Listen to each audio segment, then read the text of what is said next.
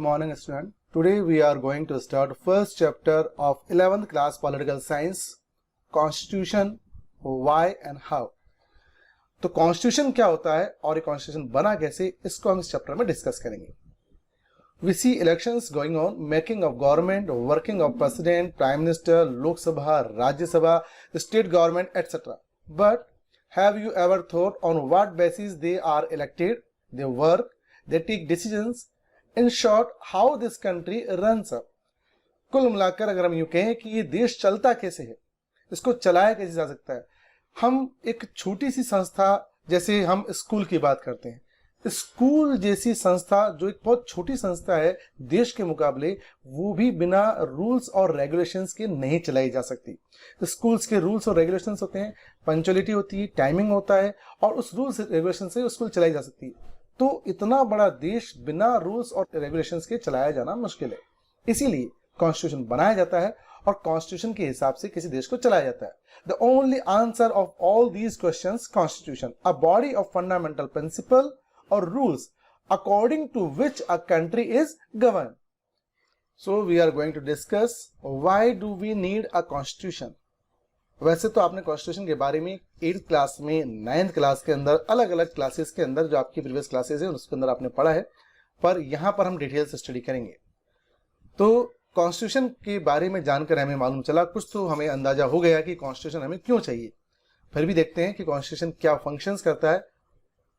First, to provide a set of basic rules that allow to minimal coordination amongst members of a society. किसी भी society के members को एक ऐसे minimal जो रूल्स ये प्रोवाइड कराता है जिसकी वजह से उनके अंदर कोऑर्डिनेशंस बन जाएं. और कोऑर्डिनेशन होना बहुत जरूरी, बिना कोऑर्डिनेशन के कोई भी सोसाइटी नहीं चल सकती. जैसे इंडिया की हम बात करते हैं, हमारा इतना रिच कल्चर है, इसमें हिंदू, मुस्लिम, सिख और क्रिश्चियन अलग अलग रिलीजन के लोग रहते हैं, सबका कल्चर अलग अलग है. हम देखें कश्मीर से कन्याकुमारी तक बहुत ज़्यादा वेराइटी ऑफ कल्चर है, सब लोग अलग अलग डिफरेंट लैंग्वेज बोलते हैं, उनका खान पान अलग है. तो इतने सारे जो अलग अलग तरह के लोग हैं उनके बीच में मिनिमम कोऑर्डिनेशन होना बहुत जरूरी है. तो ये कॉन्स्टिट्यूशन का मेन फंक्शन है कि वो इन सब लोगों के अंदर, सब लोगों को ऐसा कुछ देता है, सब लोगों को राइट्स देता है, इक्वल राइट्स देता है, जिसकी वजह से उनके बीच में एक मिनिमम कोऑर्डिनेशन बन जाता है. Second, to specify who has the power to make decision in a society. It decide how the government will be constituted. यह भी हमें बतलाता है कि देश के अंदर जो सरकार है, देश में निर्णय लेने का जो काम है वो किसके पास है, कौन डिसीजन मेकिंग पावर किसके पास है, हमारे लिए डिसीजन कौन लेता है, उसको ये पावर्स किसने दी, वो है क्या. तो वो संस्था है गवर्नमेंट. गवर्नमेंट के 3 जो ऑर्गन्स हैं, जैसे लेजिस्लेचर, एग्जीक्यूटिव और जुडिशरी.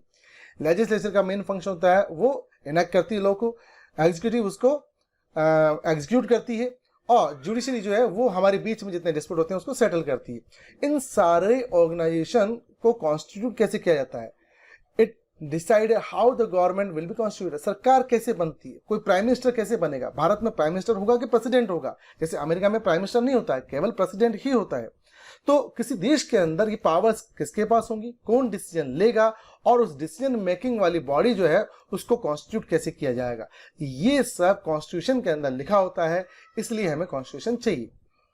नेक्स्ट है to set some limits on what a government can impose on its citizen. These limits are fundamental in the sense of the government may never trespass them.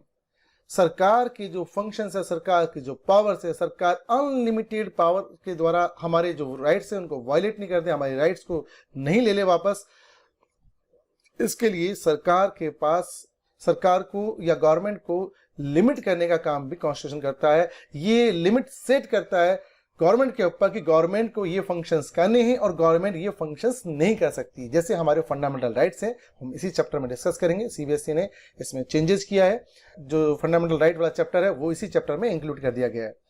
तो fundamental right जो है government के ऊपर limit set करते हैं, या वो government के लिए नेगेटिव है. नेगेटिव क्यों?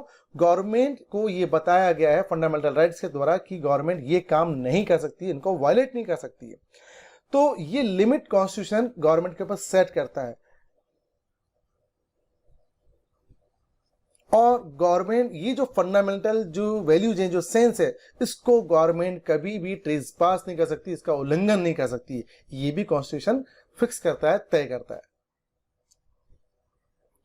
To enable the government to fulfill the aspiration of a society and create condition for just society, ये देश के लोगों की जो इच्छा होती है, एस्पायरेशन होती है, हमने कॉन्स्टिट्यूशन को क्यों बनाया, उसके पीछे डेफिनेटली हमारी कोई एस्पायरेशन, हमारी इच्छाएं रही होंगी, और अगर वो हमारी एस्पायरेशंस फुलफिल नहीं हो पाती है तो इस देश का या इस कॉन्स्टिट्यूशन का कोई मतलब नहीं रहता।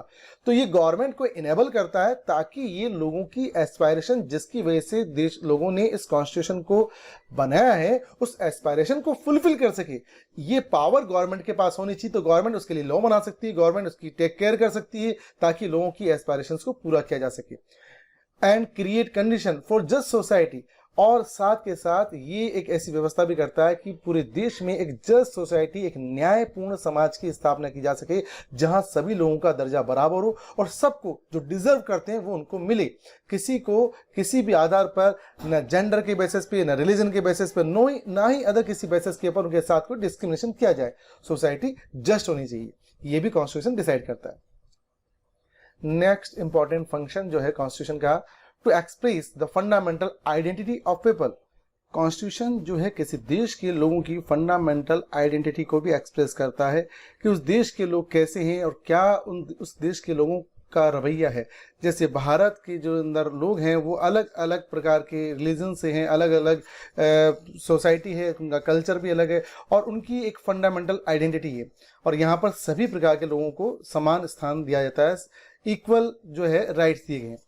अब बात करते हैं हम जर्मनी की। जैसे जर्मनी एक कंट्री है, उनका जो कॉन्स्टिट्यूशन उनको जो फंडामेंटल आइडेंटिटी देता है वो जर्मन नेशन की देता है और जर्मन लोगों को एक अलग आइडेंटिटी देता है, और वहां पर ये इस बात को फिक्स करता है कि वहां के निवासी जो है वो जर्मन ही हो सकते हैं और जर्मन लोगों को वहां पर एक स्पेशल प्रायोरिटी दी जाती है।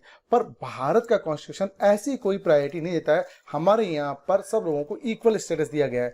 तो हमारे यहाँ पर लोग, इस कॉन्स्टिट्यूशन की फंडामेंटल आइडेंटिटी क्या है, वो लोगों को इक्वलिटी देता है। पर कुछ देश के जो कॉन्स्टिट्यूशन है वो फंडामेंटल आइडेंटिटी के रूप में वहाँ की कास्ट या वहाँ की पूरी वो जो रेस है उसको एक फंडामेंटल आइडेंटिटी बनाकर उसको देता है। नेक्स्ट टॉपिक, मोड्स ऑफ प्रोमulgation और टू अनाउंस लॉ, ये हम डिस्कस करेंगे नेक्स्ट वीडियो। Thank you.